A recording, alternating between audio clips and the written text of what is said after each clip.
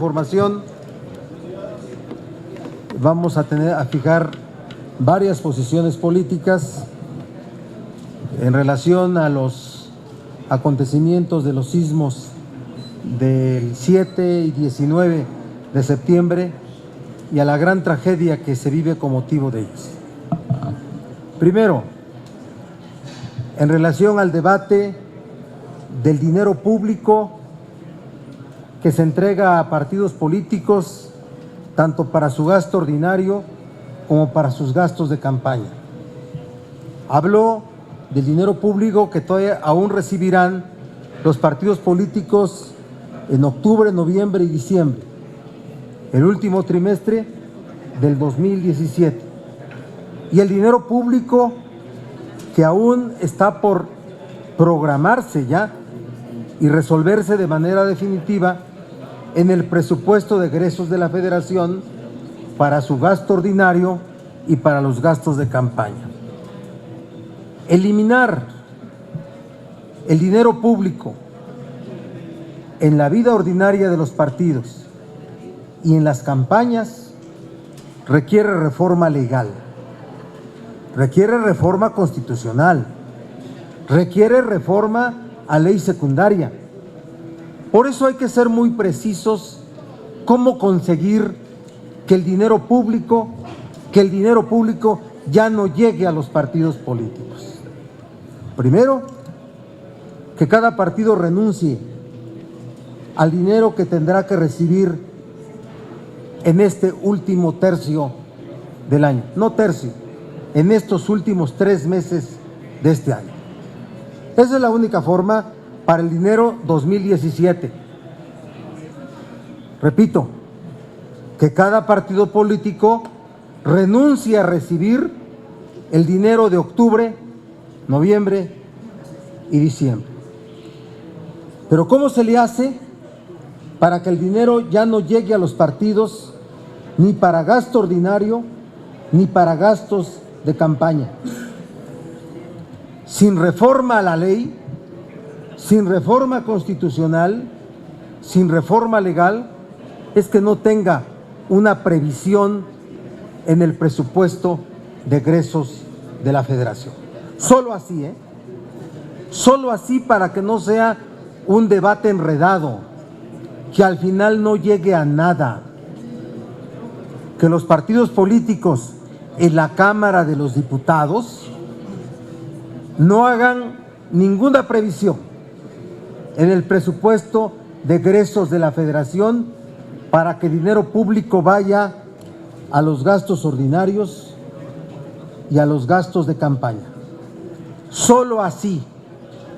Y ese es un asunto que sin duda tiene enormes dificultades que van a tener que resolverse solamente si hay voluntad política de los partidos. Solamente si hay voluntad política de los partidos. Así es que para nosotros esa es la propuesta. Primero, que los partidos renuncien a recibir el importe de octubre, noviembre y diciembre. Y segundo, sin reforma constitucional y legal que prevé el dinero público en la vida de los partidos y en las campañas, que por este año no haya una previsión en el presupuesto de egresos de la Federación. Que no se siga confundiendo a la gente. Tantas propuestas como partidos políticos y al final que sea un falso debate para que no se llegue a nada. Esos son los dos, ese es el mecanismo único para poder conseguir que el dinero público no llegue a la política. Y de esa forma construir el fondo, también que esos miles de millones vayan al fondo de reconstrucción. Eso es lo primero. Segundo, ¿qué tiene que hacer el Senado de la República?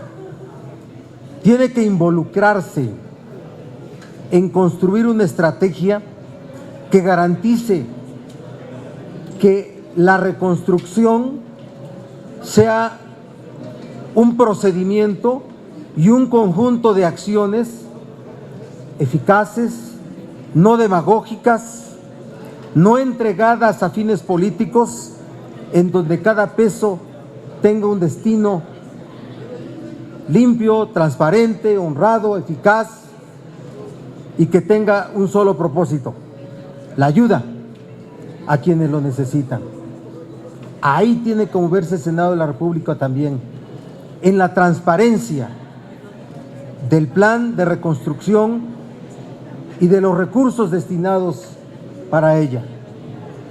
Tenemos también que asegurar que el manejo de los recursos no tenga utilización de fines políticos electorales. Y pongo un ejemplo de Puebla, como seguramente los senadores de Morelos pondrán ejemplos de Morelos, de Chiapas, del Distrito Federal y de quienes quieran hacerlo. Juan Carlos Lastiri, subsecretario de la Sedesol, ya fue nombrado por el gobierno federal como encargado de la reconstrucción en Puebla. Juan Carlos Lastiri es un político poblano que está en franca campaña por buscar la candidatura de su partido, el PRI. Qué poca madre de cabrones, de que están actuando de esa forma, de que alguien que busca una candidatura ya sea el encargado de la reconstrucción, allí en Puebla. Yo le dirigiré una carta a Rosario Robles para que me responda en relación a notas periodísticas, a fotografías en donde Juan Carlos Lastiri y el gobernador Tony Gali recorren las zonas siniestradas para poder recoger el inventario de daños que van a incorporarse al plan de reconstrucción. No puede ser. Y algún otro ejemplo de gente que ahora acompaña a los gobernadores para poder verse, que no han logrado más que críticas en las redes sociales y en la opinión pública. En el Senado de la República, ¿qué proponemos?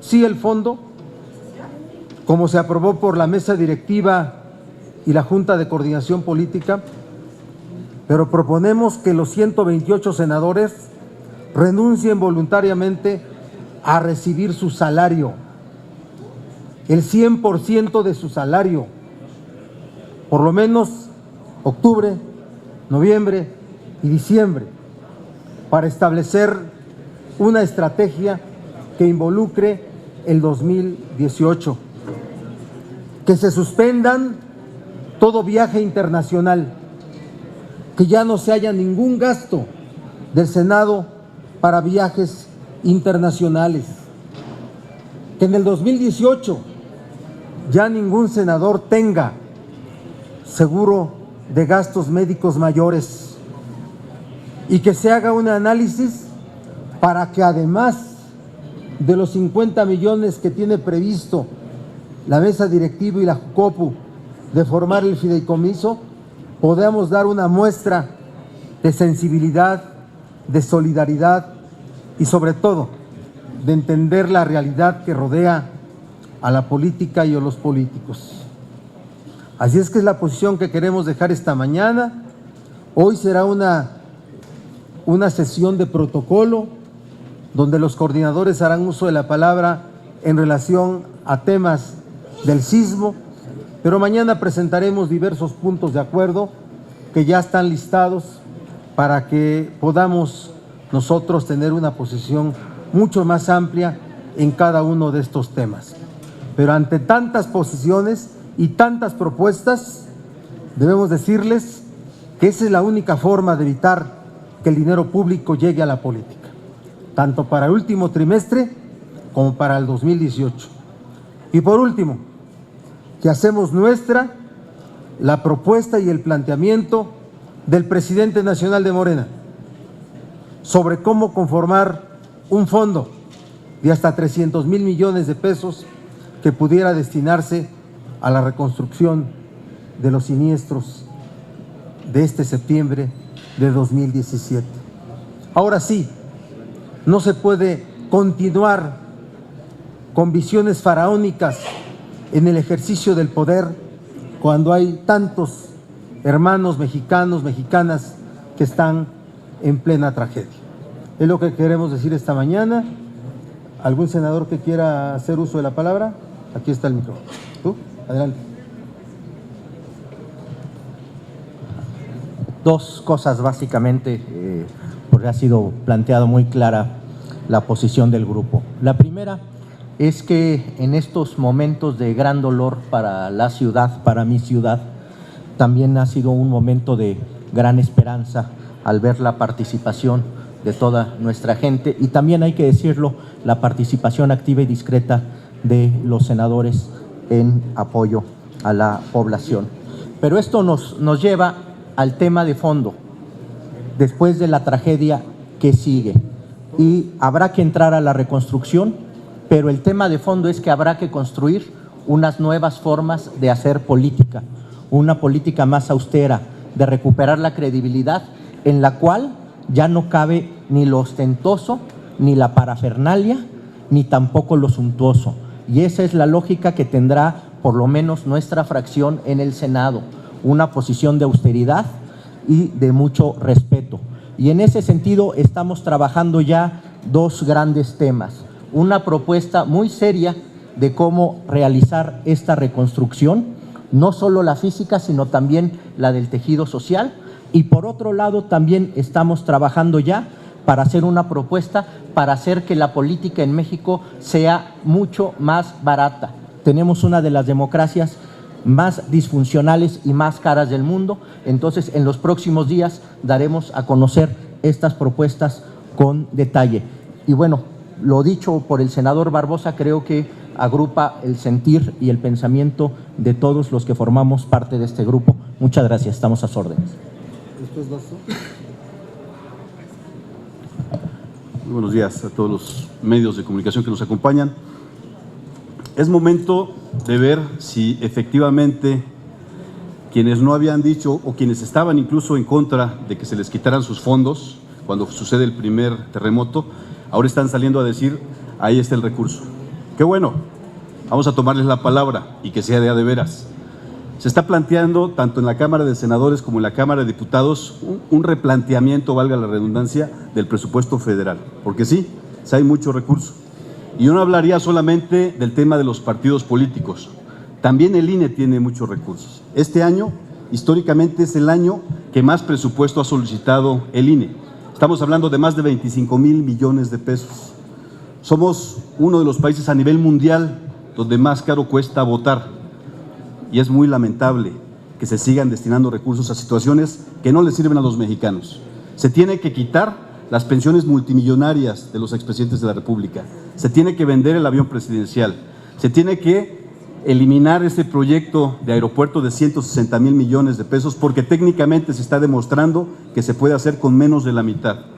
Se tienen que eliminar muchas partidas presupuestales y destinarse a este fondo para la reconstrucción de tantos edificios, tantas escuelas, tantos hospitales, tantas carreteras, tantas viviendas dañadas y sobre todo la gente que lamentablemente ha perdido a un ser querido. Vamos a ver si es ya de veras. Nosotros, ya se ha dicho, se está planteando una posición muy clara de lo que debe de hacerse. Y hay que entrarle todos. Hay muchas partidas, insisto, la Cámara de Diputados, la Cámara de Senadores, todos tenemos que entrarle. Vamos a ver si es ya de veras, porque si hay la voluntad ante un tema de emergencia, cualquier situación legal es salvable, cualquier situación legal se puede arreglar. Vamos a ver nuestra parte, estamos totalmente de acuerdo en que se hagan todos esos ajustes y que se apliquen a este fondo para la reconstrucción y la reparación del daño en todas las entidades que se vieron afectadas. Por una parte y por otra, la vigilancia, sumamente importante. Tendrán que estar en este fideicomiso gentes con solvencia moral, socialmente reconocidos, intelectuales, académicos, estudiantes, gente que no tenga un interés político como lamentablemente se está viendo en Puebla o se está viendo en Morelos, gente que no quiera amasar como sucede en Morelos, están guardando las cosas para quererlas ocupar en otro momento. Eso no se vale, y mucho menos en estos momentos de tragedia. Se tendrá que hacer una selección de personajes para que se puedan vigilar la adecuada aplicación de estos recursos. Finalmente, reconocer es reconfortante. En los recorridos que hemos hecho en los distintos municipios del estado, nos encontramos con miles y miles de personas volcadas, la sociedad civil apoyando en todo a nuestros paisanos, a nuestra gente en desgracia. De verdad es muy gratificante y yo quiero aprovechar para agradecer a toda la gente que ha llegado de muchas entidades y también a mis propios paisanos que se han volcado en la ayuda. Ha sido impresionante, sobre todo los jóvenes. Nos hemos encontrado en la calle trabajando, llevando víveres, quitando escombros, gente de la UNAM, gente del Poli, gente de la Politécnica de Morelos, gente de la UAM, gente de los tecnológicos, muchos estudiantes. Los millennials están dando la cara y están sacando la esperanza que tiene este país para poder resurgir como el ave fénix. Muchas gracias.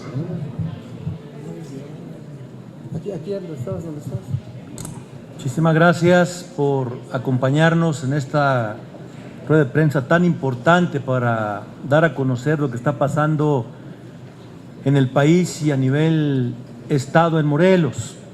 Primero, quiero ratificar todas y cada una de las manifestaciones hechas por el compañero senador Miguel Barbosa en todos los términos en que las ha planteado. Por supuesto que las hago mías.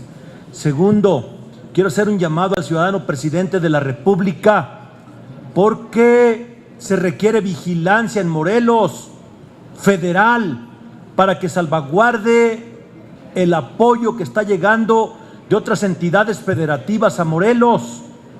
El mando único de Graco está protegiendo los intereses de Graco, no los intereses de los damnificados.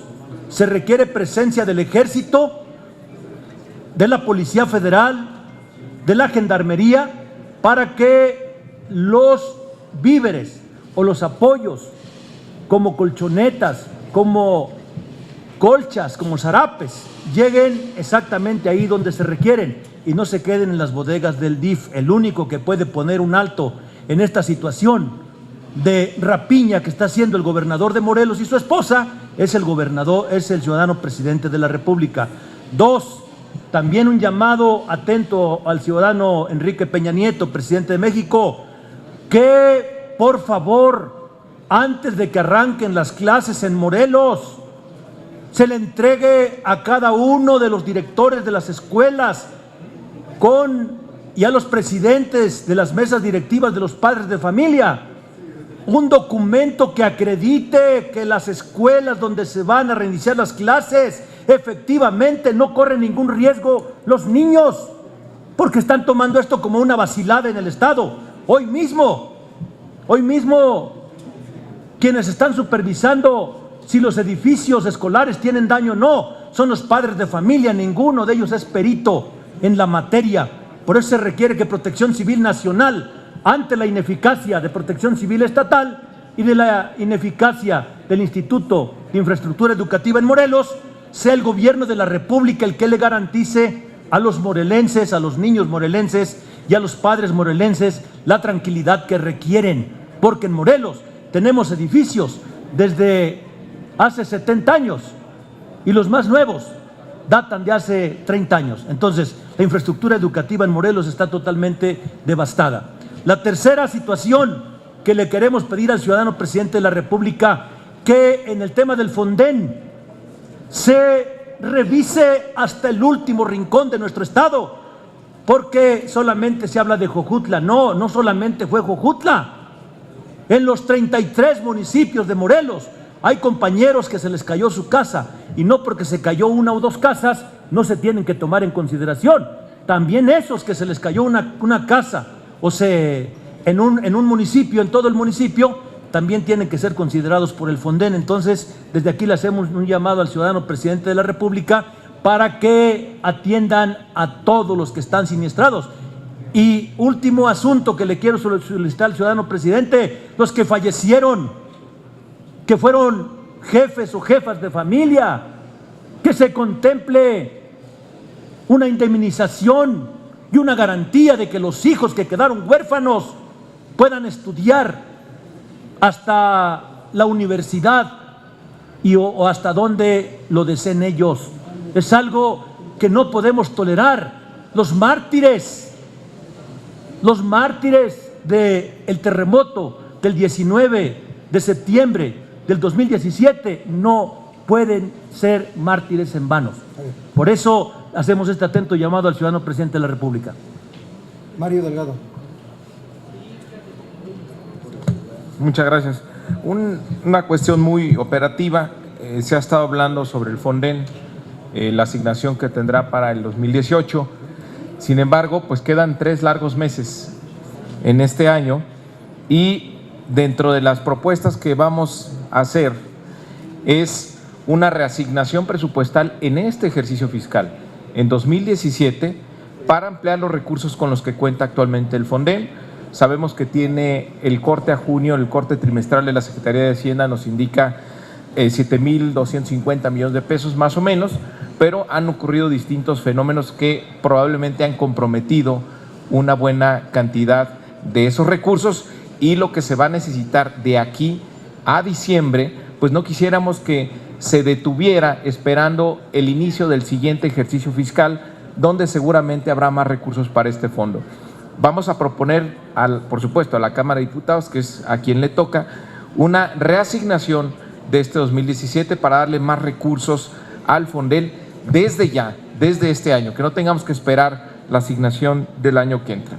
Y también vamos a proponer, dentro de lo que estamos trabajando en el grupo parlamentario, es flexibilizar las reglas del Fonden para que se pueda tener un ejercicio mucho más expedito de estos recursos, pero de manera más descentralizada también y con mucho mayor transparencia de cada uno de los recursos que se gasten vía Fonden, que tenga una mayor capacidad de fiscalización y mayor transparencia. Es decir, vamos a empujar para que la parte burocrática presupuestal no vaya a ser un obstáculo para que la gente empiece a recibir recursos. Entonces, sí, qué bueno que el 2018 tenga más recursos, pero desde este año vamos a necesitar y vamos a proponer esa reasignación. Gracias. Señor Robledo. Y ya cerramos, ¿no? Muchas gracias. De manera muy breve, hacer un llamado muy pues enérgico, pero a la vez que busca solidaridad. Ojalá de verdad la desigualdad no alcance también el tema de los sismos, porque hay mártires desde el 7 de septiembre a las 11:49 cuando empezó el primer sismo. El primer sismo fue el de Chiapas, con epicentro en Pijijiapan, que afectó a Oaxaca, que afectó a mi estado. Y pareciera que otra vez esta lógica centralista incluso alcanza a la solidaridad mexicana. Lo digo de verdad con un sentimiento encontrado, porque al reconocimiento que hay a la sociedad civil trabajando, que no está durmiendo, que está dando lo poquito o lo mucho que tenga, que está desprendiéndose de cosas materiales, de su tiempo, poniendo incluso en riesgo su vida, no es el mismo gesto en la ciudad que en Chiapas. En Chiapas hay 60,000 viviendas inhabitables, hay 8,000 viviendas colapsadas, hay cerca de 100 muertos, en Oaxaca lo mismo. Entonces, cuando volteamos a ver que para Chiapas se designa a un funcionario como Miranda, que no es experto ni en pobreza, ni en protección civil, ni ha manifestado sensibilidad para los que menos tienen, nos preocupa. Cuando vemos que el Partido Verde ha sido un partido que ha utilizado los programas sociales una y otra vez para fines electorales, nos preocupa. Cuando sabemos que hay funcionarios ineptos en Chiapas y muy rateros que seguramente están ya frotándose las manos con cuál es el negocio que van a hacer, nos preocupa. Y nos preocupa no porque seamos pesimistas, nos preocupa porque ya nos pasó. Nos pasó en 2005 con el Stan, nos pasó en 98 con Mitch, nos pasó en 82 con el volcán Chichonal. Somos el estado más vulnerable para desastres naturales. El llamado es a toda la República a que no nos dejen solos, porque en Chiapas viene lo peor. La reconstrucción del estado, la reconstrucción sin duda de 60,000 viviendas, pero la reconstrucción de la economía, de la dignidad, la reconstrucción del tejido social. Es grave lo que está pasando también en Chiapas y ojalá le pongamos la misma atención a la ciudad que le ponemos, que le necesitamos poner a Chiapas. No puede haber un sismo y otro sismo, son los sismos que empezaron el 7 de septiembre y que no han parado, además, no ha dejado de temblar en la ciudad, no ha parado de temblar en Chiapas. Esto apenas inicia y ojalá como sociedad se ha demostrado, los mexicanos están preparados. Ojalá los poderes podamos decir exactamente lo mismo. Gracias, señor. Si hubiera preguntas, con mucho gusto respondemos. Buenas tardes. Senador Barbosa, le quiero hacer varias preguntas. Una, esta decisión que tomaron ya prácticamente el PRI y el PAN de legislar para eliminar al 100% el financiamiento público a los partidos, ¿no lleva a una situación de riesgo? Esto en el sentido de que al depender solo del financiamiento privado, pues volvamos a ver otra vez a Televisa imponiendo al candidato, como lo hizo en 2 ocasiones, o por ahí una nueva versión de Odebrecht, o al crimen organizado metiéndose de lleno ya en las campañas y financiando a los partidos que protejan sus intereses. Perdón, sería una, de una vez le hago las otras. La otra es sobre este caso de Puebla. ¿Qué otros datos hay? ¿Y qué se puede hacer? Está el expediente, Rubén. ¿Y qué se puede hacer para evitar que siga el gobernador de Puebla lucrando con la reconstrucción? Y al senador de Médicis le quiero preguntar si no han logrado detener, y también al otro senador de Morelos, al senador Rabindranath, si no han logrado detener esto que Graco está haciendo de concentrar la ayuda, pese a las denuncias que hay y pese a que por ahí del viernes se me comentó que la gente ha ido a abrir las bodegas del DIF para sacar la ayuda y llevarla directamente a las comunidades. Esos serían los 3. A ver, primero, sin duda que los recursos públicos en la vida de los partidos y en campañas fue parte de una reforma política que se concretó en reformas constitucionales desde 1996 y antes, y en leyes secundarias, las leyes electorales. Y siempre tuvo como propósito evitar que el dinero privado determinara los resultados electorales. En este momento, en 2017, las reformas políticas, reformas electorales que tuvieron como propósito eliminar la inequidad electoral, fracasaron. El dinero privado sigue estando en las campañas, con la incapacidad de los órganos electorales de evitarlo. La ley electoral lo prohíbe, solamente establece la posibilidad de donar de parte de los privados hasta un porcentaje, no recuerdo cuál es el porcentaje, un porcentaje de lo que reciben los partidos políticos de dinero público. Pero hoy estamos en una condición muy especial, Andrea. Hoy hay una posición de la ciudadanía, de la sociedad, yo diría de la sociedad, porque ahora sí hay que distinguir entre que la sociedad son todos los ciudadanos, y los que se hicieron dueños, se apropiaron de opinar en nombre de la sociedad, han estado callados. Hay una posición de la sociedad de rechazo, que más dinero público se destine a la política. Entonces hay una emergencia. Por eso la posición real, la única posición real, es no aspirar a hacer una reforma en este momento. Va a encontrar muchas dificultades. Tiene que haber una posición de los partidos para no recibir los recursos públicos que le corresponden a los 3 últimos meses, octubre, noviembre y diciembre. Y se tiene que establecer que en el presupuesto de egresos de la Federación para 2018 no haya ninguna previsión de dinero público para partidos en gasto ordinario y en gastos de campaña. Ese es un momento diferente, Andrea. Yo puedo compartir que el dinero público puede ser hasta necesario, pero hoy la opinión de la sociedad, no de esos voceros que se hicieron dueños de la opinión en nombre de la sociedad civil, hoy la opinión de la sociedad es de rechazo. Después de 1985 hubo un gran movimiento derivado de los trágicos hechos del 19 de septiembre de ese año. Hoy hay otro gran movimiento social, hay un empoderamiento mayor de la sociedad, y eso debemos de entenderlo los políticos. Respecto a lo de Puebla, aquí están las fotografías. Ahorita se las regalamos. Ahí van las fotografías. Ahí van. Ahí va Juan Carlos Lastiri con el gobernador. Ahí va. Pero ya lo nombraron oficialmente. Sí, ya hubo anuncio. Ya hubo anuncio. Ahí van. Ahí van. Juan Carlos Lastiri está en precampaña. Tiene bardas pintadas por todo el estado, con eslogans. Busca la candidatura de su partido. Espectaculares. Y ahora es el responsable de la reconstrucción en Puebla. Yo hoy mismo entregaré a Rosario Robles una carta para que me responda al respecto. Hoy mismo. Así es que lo que te puedo decir, y te obsequio las fotos. ¿Qué más? Es a los morelenses, ¿verdad? Adelante.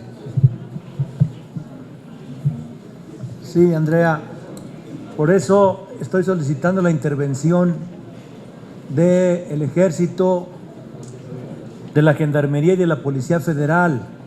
Por eso estoy diciendo a Peña Nieto, porque el que está haciendo la rapiña es el gobernador y su equipo. Están utilizando el mando único para obligar a los traileros que se lleven a las bodegas del DIF o a otros lugares que ya tienen acondicionados estos apoyos que vienen del exterior hacia nuestra entidad federativa. No se ha parado el asunto porque son muchos los que llegan y la sociedad, aunque está movilizada, no alcanza a cubrir todos los flancos.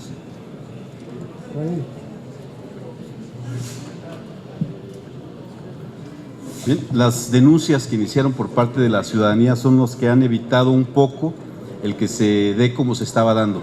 ¿Cómo era el operativo? Llegaban los tráilers a la entrada de Cuernavaca, la Paloma de la Paz, los escoltaban patrullas y los llevaban directamente a las bodegas, al grado de que las bodegas que tenían en el centro se atiborraron y ya no sabían dónde meter los víveres y las cosas que estaban llegando. La ciudadanía empezó a denunciarlo en redes sociales, hizo viral un video de un tráiler que llevaba víveres de Michoacán y a partir de ahí empezó esto a darse a conocer más fuerte. Denuncias también donde el propio obispo de Cuernavaca señala que hay 3 tráilers de Caritas que iban justamente a apoyar a los damnificados y que también se los detuvieron. Denuncias por parte de la Universidad de Morelos, donde también otra universidad de otro estado mandó también un tráiler, también se lo detuvieron. Entonces se hizo viral esta situación gracias a la denuncia social. Por eso el llamado a la Presidencia de la República para que intervenga. Ya se presentaron también denuncias ante la FEPADE para que haga la investigación correspondiente y las sanciones que se deben de dar también. Entonces, lo importante aquí es que la sociedad civil siga como está, muy activa, tanto en labores de apoyo, de rescate, de entrega de víveres, etcétera, pero también denunciando cualquier anomalía. Yo creo que esa es la forma más fácil y más sencilla y que además todos están alertas, todos estamos alertas para que se dar a conocer ese tipo de cuestiones. Es increíble escuchar, por ejemplo, que les digan vándalos a los estudiantes y que los hemos visto trabajando día y noche en labores de reconstrucción. Me he encontrado las brigadas de la Universidad del Estado de Morelos, allá en Ocuituco, en Jojutla, en muchas partes, de verdad están trabajando muy fuerte y les llaman vándalos. Yo no sé en qué cabeza cabe ese tipo de expresiones ante esta situación. No, quisiera saber nada más por último si hay comunidades a las que no han llegado ningún apoyo por esta decisión de concentrar todo. ¿Tienen algún dato específico de alguna comunidad en donde no haya llegado el apoyo?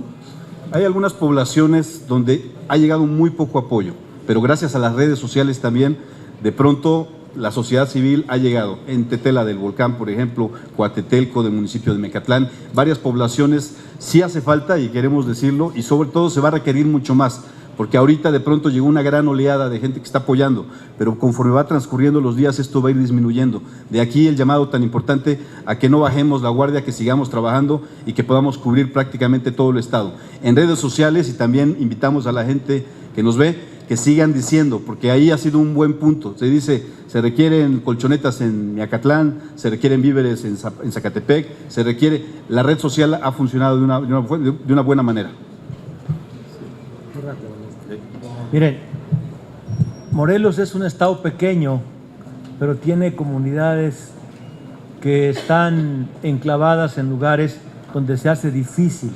Por ejemplo, en este momento, por las lluvias que cayeron anoche, todo lo que es la sierra de Huautla no tiene apoyo.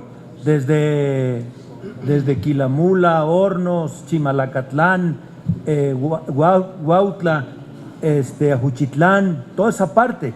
Se derrumbó la carretera con las lluvias de ayer y esas personas no tienen apoyo solamente por helicóptero. Se está haciendo un esfuerzo para que lleguen a esos lugares. En la parte de los Altos de Morelos, Totolapan, por ejemplo, ahí es donde no está siendo posible, pero la gente con jeeps, incluso en Bestia, están llevando apoyos a nuestros compañeros y creo que aunque sea poquito, está siendo posible en esas comunidades. No, ya. Una advertencia. Eso es importante, una advertencia. Una advertencia. Hicimos un recorrido con el comisariado de Gidal y el ayudante municipal de Ocuituco. Y el día de hoy le estaremos girando un oficio al secretario de Comunicaciones y Transportes, Luis Esparza, porque hay una carretera que conecta con el Estado de México y está fracturada y se están haciendo derrumbes y es un grave riesgo el que se vive en este momento. La gente se está metiendo a quitar los escombros a pala y pico y con alguna maquinita, pero el riesgo está latente como sucedió en el Socavón. Entonces, un llamado al secretario de Comunicaciones y Transportes que puede intervenir para la reparación de esta importante vía, que además es la que permite que haya comercio con el Estado y que lleguen los víveres también de otras entidades al Estado de Morelos. Ya no les pregunten a los de Morelos porque a ver quién sabe más. ¿Quién sabe más de geografía? ¿Quién más? ¿Otra pregunta si hubiera? Bertita. Senadores, creo que viene la parte más difícil, hacer frente a la reconstrucción, y todo se está concentrando en las grandes ciudades, como lo decía el senador Zoé. ¿Qué pueden hacer ustedes vía legal para que se atienda a esas poblaciones indígenas y comunidades muy dispersas, pero que están totalmente fracturadas? Creo que todo se ha concentrado y lo vemos, ¿no? Que se ha concentrado.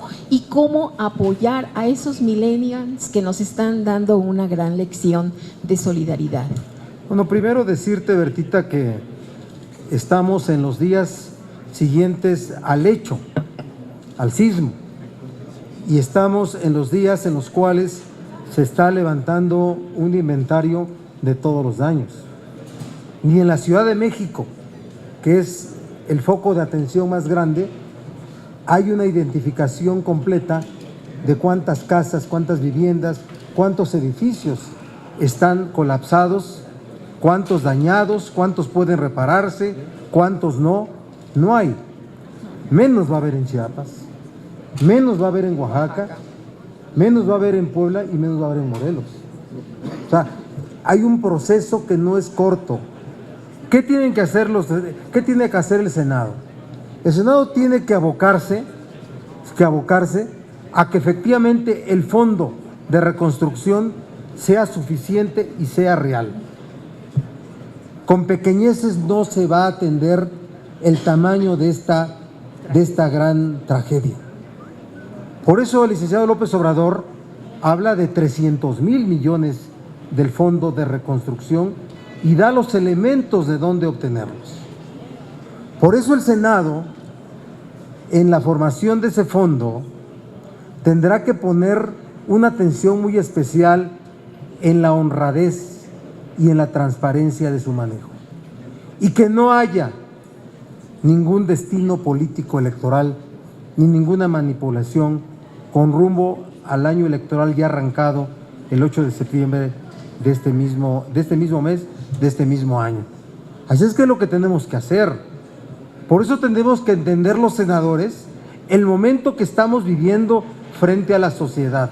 Repito, no es frente a los voceros, esos que se hicieron dueños de la opinión de lo que se llamaba sociedad civil. No, de la sociedad hablas de los millennials, de los señores, de los adultos mayores, de la gente que se presentó en todo momento a ser solidarios con la tragedia. Y también de la ayuda que está llegando del exterior, claro, porque hay donaciones en dólares y hay donaciones en euros que tienen que ir a ese centro etiquetados. Hasta donde yo sé, por ejemplo, China va a donar 100 millones de dólares. Qué bueno. Y aparte un avión que llega mañana con material de construcción.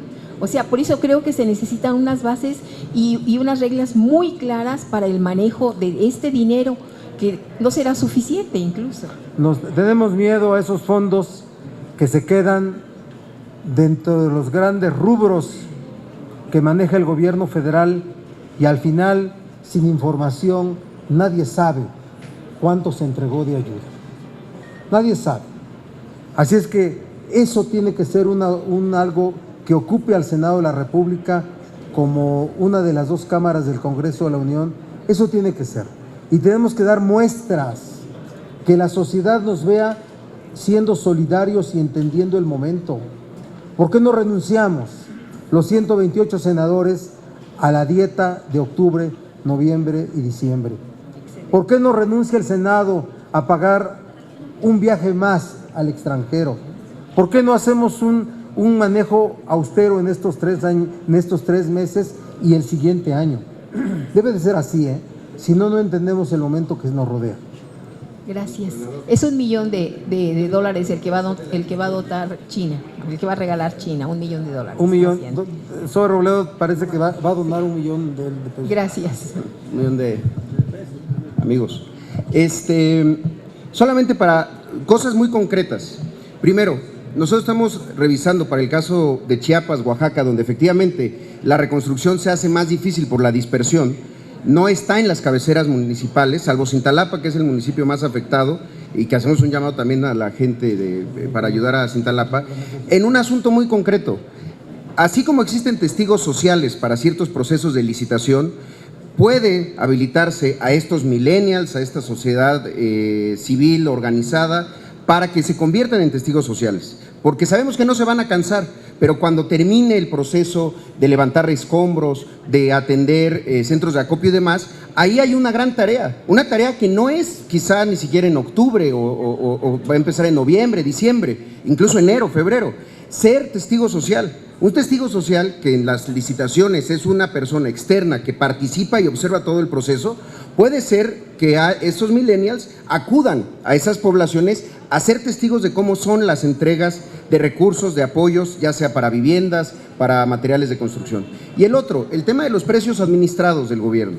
El gobierno en este momento podría empezar a ejercer una facultad que es la de administrar, no congelar, no queremos confusiones en el lenguaje, administrar ciertos precios de ciertos suministros, varilla, bloc, cemento, etcétera, porque sabemos y lo hemos vivido que contratistas muy amigos y muy cercanos al gobierno, este es en el momento en el que les dicen, mira, ayúdame con esto, dame crédito y te voy a pagar después, pero te voy a pagar con sobreprecios. Es de verdad triste decirlo, da vergüenza decirlo, pero ha ocurrido, no es algo que estemos inventando. Entonces, allá hay dos planteamientos: precios administrados de suministros para la reconstrucción y habilitar como testigos sociales a todos esos ciudadanos que no se van a ver cansados ni en noviembre y en diciembre, que quieren seguir participando y que la transparencia les importa. ¿Alguna más? Senadores, nada más para ver si me podrían precisar, independientemente de que los demás senadores aceptaran su propuesta de donar 3 meses de dieta, ¿ustedes ya dentro de su bancada ya acordaron eso? O sea, es un hecho que todos ustedes van a donar esos 3 meses de dieta. ¿Y qué causa le darían ese dinero? ¿Sería una donación independiente o lo sumarían al fondo que está propuesto aquí en el Senado? Es una propuesta mía a los senadores. El senador Luis Humberto Freni me ha dicho que la acompaña. Yo no quiero hablar por también Rabindranath Salazar, Zoe Robledo, y estableceríamos cuál es el mecanismo. ¿Renunciarla es que no la recibamos? Puede ser. Se queda en las arcas del Senado y el Senado no sabemos en qué las ponga.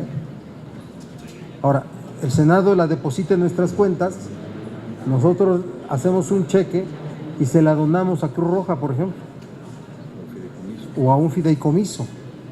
¿Sí? ¿Me explico? Ese sería el mecanismo más real, más transparente, más saber dónde quedó ese importe. Vuelvo a repetir, es un asunto de posición política real. Vamos a proponer que el Senado ya no gaste un peso más. ¿Cuánto se iba a gastar en viajes? Yo ya, quienes les gusta viajar, ya viajaron mucho, 5 años. Mucho. ¿Sí? Entonces, y de verdad, y esto tiene que ver con un plan de austeridad en todo el país.